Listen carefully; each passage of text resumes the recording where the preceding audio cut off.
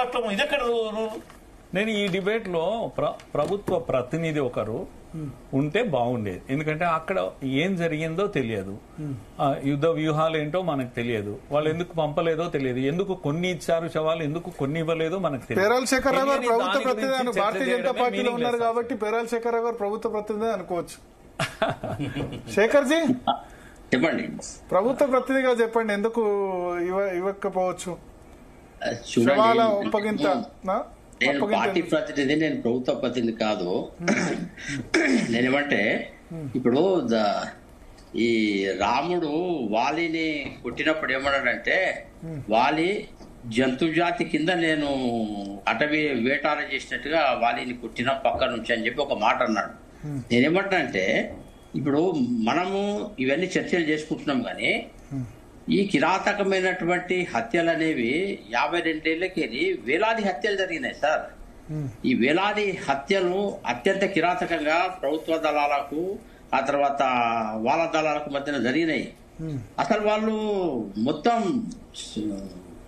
అసలు ఈ వ్యవస్థనే కుప్పకూరుస్తామని చెప్పి అసలు ప్రభుత్వమే ఎనిమి అన్నారు, పొలిటికల్ సిస్టంలో అందరిని ఎనిమి అన్నారు, శత్రువులను నలిచిపడేస్తామన్నారు, కాల్చిపడేస్తామన్నారు, వేలాది మంది చంపిళ్ళు.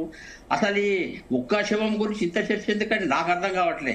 ఎన్ని శవాలను వాళ్ళు విధ్వంసం చేసిండ్రు, ఎన్ని శవాలు దుర్గకుండా చేసిండ్రు, ఎన్ని శవాలను ముక్కలు ముక్కలు చేసిండ్రు, ఎంతమంది శవాలు ఉపజెప్పిండ్రు వాళ్ళు చంపిన శవాలను, ఎంతమంది శవాలను వాళ్ళు ఉపజెప్పిండ్రండి వాళ్ళ తల్లిదండ్రులకు కానీ వాళ్ళ కుటుంబాలకు. అసలు వాళ్ళకు ఆ కుటుంబ వ్యవస్థ గురించి నమ్మకం ఉందండి వాళ్ళకు? మీరు సీనియర్ సార్, నక్సలిజం ఎందుకు పుట్టింది సార్ ఈ దేశంలో? ఈ దేశంలో నక్సలిజం అనే భావజాలం ఎందుకు పుట్టింది ఒకసారి చెప్పండి సార్ దయచేసి. నక్సలిజం ఎందుకు పుట్టింది? మావో చైనాలో పుట్టాడు కనుక ఇక్కడ పుట్టింది.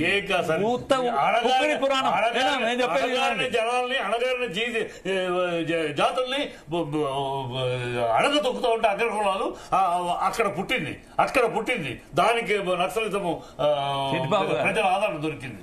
వాళ్ళు విలేజెస్కి వెళ్తే ఇవాళ కాదు, ఆ నక్సలం పుట్టిన రోజుల్లో విలేజెస్ లో అణగారిన అగ్ర కులాలు అజమాయిషి చేసి అణగారితో అణగారి వీళ్ళని తొక్కి అందులో పుట్టింది నక్సలిజం పుట్టింది అందుకు పుట్టింది సార్.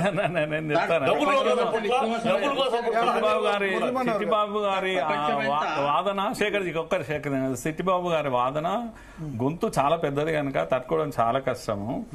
మీరు ఏ వైపు మాట్లాడతారో కూడా ఒక్కోసారి అర్థం కాదు. వాదన పుట్టింది, పార్టీ పేరే సిపిఐ మావోయిస్టు పార్టీ. మా చైర్మనే చైనా చైర్మన్, ఇది వాళ్ళ ప్రకటన. మావో జెడాంగ్ మా చైర్మన్ అని. మావో ఇచ్చిన సిద్ధాంతము వాళ్ళు నమ్మారు. ఇక్కడ పేదరికం చూసి, ఇక్కడ ఆనవారిన వర్గాలను చూసి, ఇక్కడ అగ్రవర్ణాల ఇదేంది దీన్ని టార్చర్ చూసి, వాళ్ళు చేస్తున్న అకృత్యాలు చూసి పుట్టుకరాలేదు. అది అంటే అడవుల్లో ఎక్స్పోర్ట్ అయ్యింది అక్కడ నుంచి. అనుభవం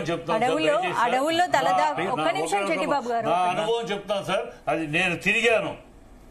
ఈ కళ్ళజోడు వేసింది నాకు మా మామయ్య గారు నరసింహారావు గారు. నేను ఆయనతో తిరిగాను కొన్ని ప్రదేశాలకి. అక్కడ ఆ పరిస్థితి చూశాను. ఆ రోజుల్లో ఆ పరిస్థితి చూస్తే నా యుక్త వయసులో వెళ్ళిపోదామని నక్సలిజానికి, ఈ సమాజంలో ఈ అణగారిన వారిని అనిచే వెళ్ళిపోదానంత ఆవేశంలో.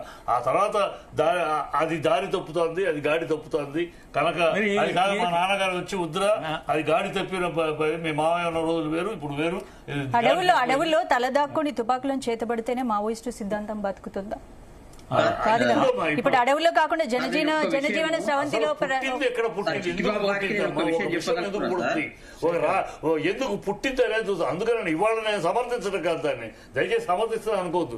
అడవుల్లో కాకుండా ఈ దేశంలో ఈ సమాజంలో అణగారిన వర్గాలని అణచివేత మీద పుట్టింది అది. అంటే అడవుల్లో కాకుండా జనజీవన స్రవంతిలో గానీ ప్రజల కోసం, అణగారిన వర్గాల కోసం పోరాడొచ్చు కదా, ఎందుకు అటువైపు అదే పోరాడుతున్నదే దారి తప్పింది. ముందు అదే పోరాటం.